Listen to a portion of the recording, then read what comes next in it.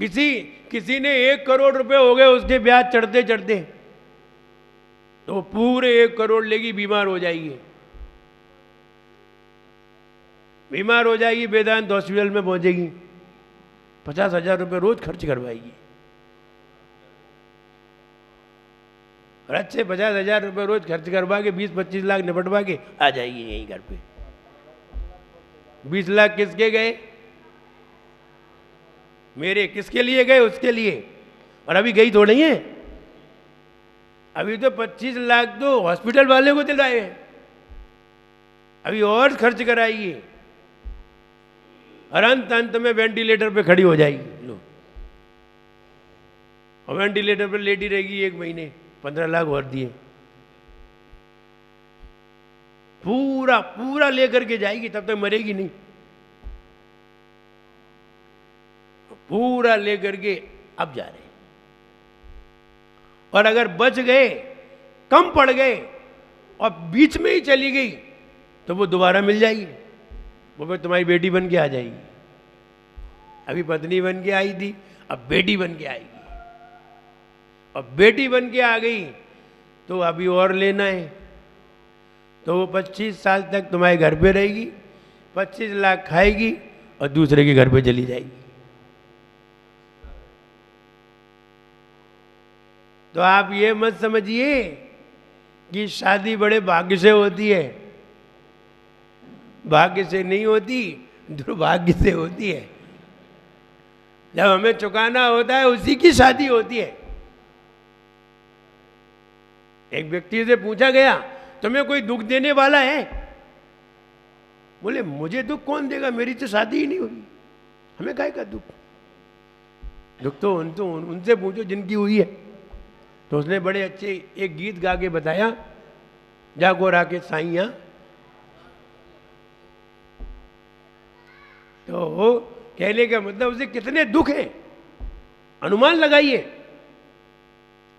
और सारे कर्ज को एक व्यक्ति को बढ़ाना पड़ता है,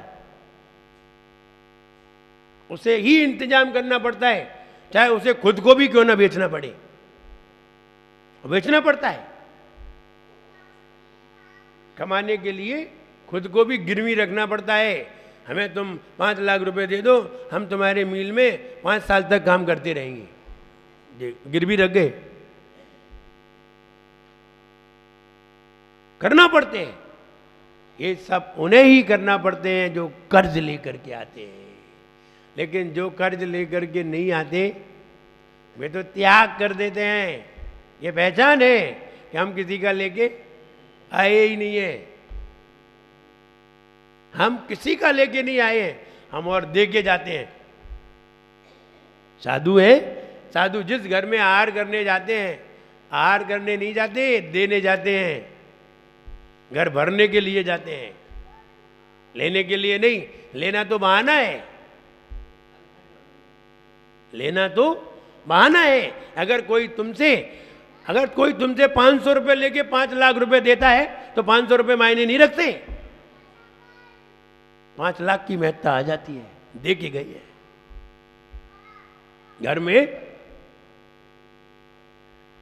घर में मामा आते हैं कि नहीं? घर में मामा का मतलब बच्चों के मामा, तुम्हारी नहीं। बच्चों के जब मामा आते हैं ना, तो हमेशा लाभ होता है। मामा आते हैं घर में तो हमेशा लाभ होता है, और दामाद आए तो हमेशा हानि होती है।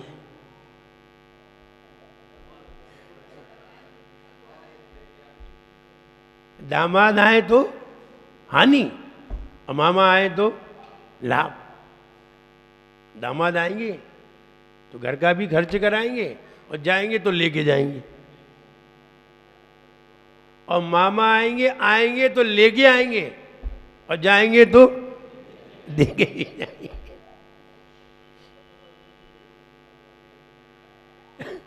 क्या? इसलिए मामा आने पर व्यक्ति को ओरिजिनल खुशी होती है, और दामाद आने पर आर्टिफिशियल खुशी होती है। बाहर से दिखाना पड़ता है, हंस के दिखाना पड़ता है, हाँ बहुत अच्छा लगा सब कहना पड़ता है। वो उससे पूछो भीतर से, तब वो बताएगा कि वास्तविक खुशी है या आर्टिफिशियल। तो कहने का मतलब ये है कि अगर हमें अंत भला करना है तो हमें पूरा जीवन भला बनाना पड़ेगा। हमारी बैलेंस शीट बढ़िया आना चाहिए, डेबिट के साथ हमारी बैलेंस शीट आना चाहिए। तो निश्चित है ट्रेडिंग अकाउंट बढ़िया बनाइए, और अगर ट्रेडिंग गड़बड़ है ना तो बैलेंस शीट बढ़िया नहीं आएगी। ट्रेडिंग अकाउंट बढ़िया होना चाहिए। और ट्रेड माने ट्रेंड, ट्रेड माने हमारा बिहेव। लाइफ के ऊपर देखिए, लाइफ में ट्रेड क्या है? ट्रेड माने हमारा व्यवहार। हमारा व्यवहार अच्छा है, हमारा चिंतन अच्छा है, हमारा विचार अच्छा है, हमारा ट्रेडिंग अकाउंट बढ़िया है, फिर प्रॉफिट एंड लॉस अकाउंट भी बढ़िया होगा। प्रॉफिट ज़्यादा होगी, लॉस तो होगा ही नहीं, प्रॉफिट ज़्यादा होगी। और प्रॉफिट ज़्यादा होगी तो डेबिट निकलेगा, क्रेडिट नहीं निकलेगा। बैलेंस बचेगा तो बैलेंस तभी बचेगा जब ट्रेडिंग अकाउंट बढ़िया हो। और ट्रेडिंग अकाउंट गलत है, अच्छा नहीं है, आप लाख बैलेंस शीट बनाओ, क्रेडिट निकलेगी, देना पड़ेगा तुम्हें। इसलिए आप अपने जीवन में भी इस बात पे विचार करिए कि हमारे जीवन में लाभ कब होगा। लाभ तभी होगा जब हम अच्छा विचार रखेंगे, अच्छा व्यापार करेंगे। हम प्रतिदिन भगवान की आराधना, प्रतिदिन भगवान की पूजन, प्रतिदिन सामायिक, प्रतिदिन स्वाध्याय, प्रतिदिन संतों की सेवा, ऐसा करने को हमें अगर मिल जाए तो निश्चित मानिए हमारे जीवन का अकाउंट है बहुत अच्छा बनेगा। और जिंदगी भली है तो अंत में भला है, और जिंदगी भली नहीं है तो अंत में भला भी नहीं है। कई लोग भगवान की पूजन करते हैं, खूब रोज पूजन करते हैं, फिर भी अंत में भला नहीं कर पाते। अंत में उन्हीं लोगों की तरह मरण कर जाते हैं जो पूजन नहीं करते थे। अगर हमने वैसा ही मरण कर लिया और हम वैसे ही मर गए तो फिर विचार करिए हम में और पूजन करने वाले में क्या अंतर हुआ। भगवान की आराधना करने वाले ऐसे ही नहीं मरते घर में, भगवान की आराधना करने वाले संतों के चरण में मरण करते हैं। तो ये भावना बातें हैं। गुरुमूले यति निचते चैत सिद्धांत वार्दी सदगोसे मम भवतु जन्म जन्मनि सन सन समन्वितम वर्णम, वैसी भावना बातें हैं। आवाल्या जन देव देव भवता श्रीपादयो सेवया सेवा सक्त विरे कल्पलतिया कालोदयावद्गतः। हे भगवान, मेरा अगर अंत में मरण हो तो अगर हमने शुरू से लेकर जब से जन्मे हैं तब से और अब तक अगर हमने भगवान की सेवा की हो, भगवान का अभिषेक किया हो, पूजन किया हो, विधान किया हो, वंदना की हो, सामायिक की हो, स्वाध्याय किया हो, अगर ये हमने सब किया है बाल काल से लेकर के अभी तक किया है, तो हे भगवान हमें इतना ही अंत में फल दे कि अंत समय में जब मेरे प्राण निकले तो मेरे कंठ से नमोकार मंत्र निकले। ये भावना बात है, बार बार ये कह रहा है। विचार तो करो, अंत समय में हमारे जबान पर, हमारे मुख पर भगवान का नाम आएगा कैसे? नहीं आ सकता, बहुत मुश्किल है, बहुत मुश्किल। अभी एक उंगली कट जाए, एक हाथ कट जाए, जरा सी चोट लग जाए तो भगवान का नाम भूल जाते हैं, सब भूल जाएंगे भगवान का नाम। एक व्यक्ति नहीं कहेगा भगवान का नाम सुनाओ, भैया डॉक्टर के पास ले जाओ, इलाज कराओ। जरा सी पीड़ा में हम भगवान का नाम भूल जाते हैं। तब जब हम मरण को अंतिम समय में होंगे, कितनी भयंकर पीड़ा होगी हमारे शरीर में, कितनी भयंकर पीड़ा के बाद हमें भगवान का नाम याद कैसे आएगा? कौन दिलाएगा हमें भगवान का नाम याद? तब कहते हैं हमें गुरुओं की शरण में जाना चाहिए, वे तुम्हें भगवान का नाम याद दिलाएंगे। वे ही कह सकते हैं कि नमोकार मंत्र को स्मरण करो, वे ही कह सकते हैं ये वाले मंत्र का जाप करो, वे ही तुम्हें कोई भगवान की स्तुति सुना सकते हैं अथवा संयम से मरण करा सकते हैं, चारों प्रकार के आहार का त्याग करा सकते हैं। गुरुओं के सामने, संयमियों के सामने हमारे अंदर त्याग के परिणाम बनते हैं, असंयमियों के सामने त्याग के परिणाम नहीं बनते। कोई असंयमी नहीं कहता है, किसी के घर में किसी की मृत्यु हो रही है, कोई नहीं कहता है चारों प्रकार के आहार का त्याग करो, नमोकार मंत्र, कोई नहीं कहता। और कहते भी हैं तो उनकी बात को वो सामने वाला मानता भी नहीं है, क्योंकि बड़े व्यक्ति छोटे व्यक्ति की बात नहीं मानते। अब बड़े मरेंगे, छोटे तो मर नहीं रहे, मरेंगे तो बड़े ही होंगे, बूढ़े होंगे, और वो मर रहे हैं, उनका मरण है, और सुनाएंगे छोटे। तो अभी तक तो हम तुझे समझाते रहे, हमें समझा रहा है, नाराज हो जाओगे उस पर। अब तो किसी इनसे भी बड़े व्यक्ति के पास ले जाओ तब ये बात मानेंगे। आप डीएम हो और आपके नीचे प्यून हो, आपके नीचे पीए हो, और पीए तुम्हें कोई बात समझाए तो तुम्हें गुस्सा आ जाएगी, चाहे भले ही वो भली कह रही हो, कह रहा हो, वो अच्छी बात कह रहा हो तो भी गुस्सा आ जाएगी। हमें समझा रहा है।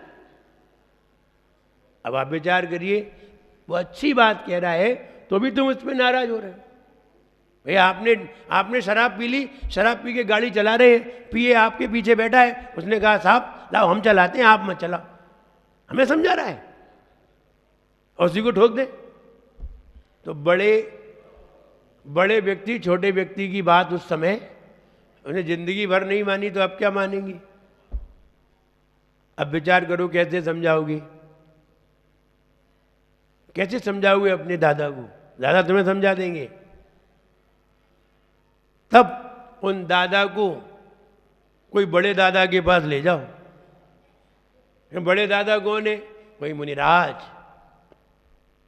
कोई आचार्य महाराज, कोई संघ में ले जाओ उन्हें, उनकी बात ये मान लेंगे लेकिन तुम्हारी नहीं मानेंगे। उनकी मान लेंगे तो उनके पास ले जाओगे, वे कहेंगे चारों प्रकार के आहार का त्याग करो। हाँ महाराज, अब चुप हो जाएंगे, अब नहीं बोलेंगे और तुमसे चिल्ला पड़ेंगे। तुम कह के देखो तो चिल्ला उठेंगे। एक कोई दादा थे, तो उनको उनके बच्चे उठा के लाए। बच्चे उठा के, पहले हम उन्हें देखने के लिए गए। जब देखने के लिए गए तो बच्चे ने उन्हें कहीं थोड़ा सा पलटा होगा, तो वे एकदम चिल्ला के बोले मत डरो मत डरो, यानी एकदम गुस्सा में बोले। तुम और क्या कर सको, तो मारोगे ही। चिल्लाने लगी। जैसे ही हम गए हाथ जोड़ के बैठे। अब नहीं, हमने कहा पलट जाओ, तो उसने पलटाया तो चुपचाप रहे, बोले तक नहीं हमारे सामने।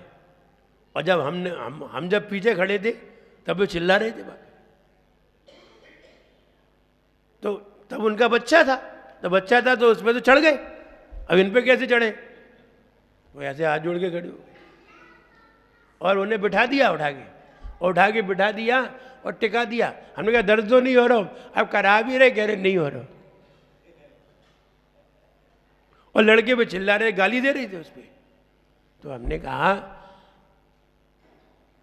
अब देखो अंतिम समय है, आए हैं, और लड़के पे बहू पे उस पर चिल्लाती रहती, वो दिन भर चिल्लाती रहती। तो हमने कहा आप क्या कर सकते हैं, लेकिन अगर वो कहीं संयमी की शरण में आ जाते तो एक शब्द मुंह से नहीं निकाल पाते और अच्छे से मरण होता। इसलिए अगर हमें अंत भला करना है तो अपने जीवन को भला करें और जीवन भर सोचे हे भगवान जब मेरा अंत समय आए तो हम कहां पर हो? हम गुरुओं के चरणों में हो, भगवान के नहीं, गुरुओं के चरणों में हो। यहां कुछ नहीं होना है, यहां कुछ नहीं होना है। गुरु के चरणों में वे तुम्हें संयम की बात बताएंगे, वे तुम्हें त्याग की बात बताएंगे। और अगर तुम्हारा जीवन भला होगा, जीवन तुम्हारा अच्छा गुजरा होगा, पुण्य का उदय होगा, तो तुम्हारा बेटा तुम्हें साधु की शरण में ले जाएगा, वरना घर पे ही मार देगा। ये अच्छी तरह समझ लें। अगर तुम्हारा पुण्य का उदय होगा तो बेटा तुम्हें महाराज के पास ले जाएगा, हॉस्पिटल नहीं ले जाएगा। हम जब भिंड से आ रहे थे तो एक व्यक्ति की तबीयत खराब हो गई, तो तबीयत खराब हो गई तो वो उनकी बेटी वो हॉस्पिटल ना ले जाकर के मेरे पास लेके आई, और मेरे पास लेकर के आई। एक दिन रहे, ऐसा लग रहा था ये तो अभी जाते हैं 1-2 घंटे में ही लग रहा था, लेकिन वो गए नहीं। तो हमने कहा देखो भाई, अगर इनकी समाधि करानी है तो तुम्हें साथ रहना पड़ेगा और इनकी सेवा करनी पड़ेगी। हम तो संबोधन के लिए हैं, डॉक्टर उनका केवल इलाज करता है, सेवा नहीं करता है। सेवा तो घर वाले ही करते हैं। डॉक्टर तो सिर्फ इंजेक्शन लगाने आता है, देखने आता है, देख गया, बता गया ये करना है, ये दवाई देना है। सेवा तो घर वाले ही करते हैं। और ये घर वाले हैं, अगर ये दीक्षा ले लेते तो इनकी सेवा हमारा पूरा संघ करता। दीक्षा तो हुई नहीं है, और तुम चाहते हो इनकी समाधि मरण हो, तो फिर आप साथ में इनकी सेवा करिए। लेकिन वे तैयार नहीं हुए तो हमने कहा ले जाओ, और ले गए। 4-6-8 दिन बाद चले गए। किस्मत, इसे कहते हैं किस्मत।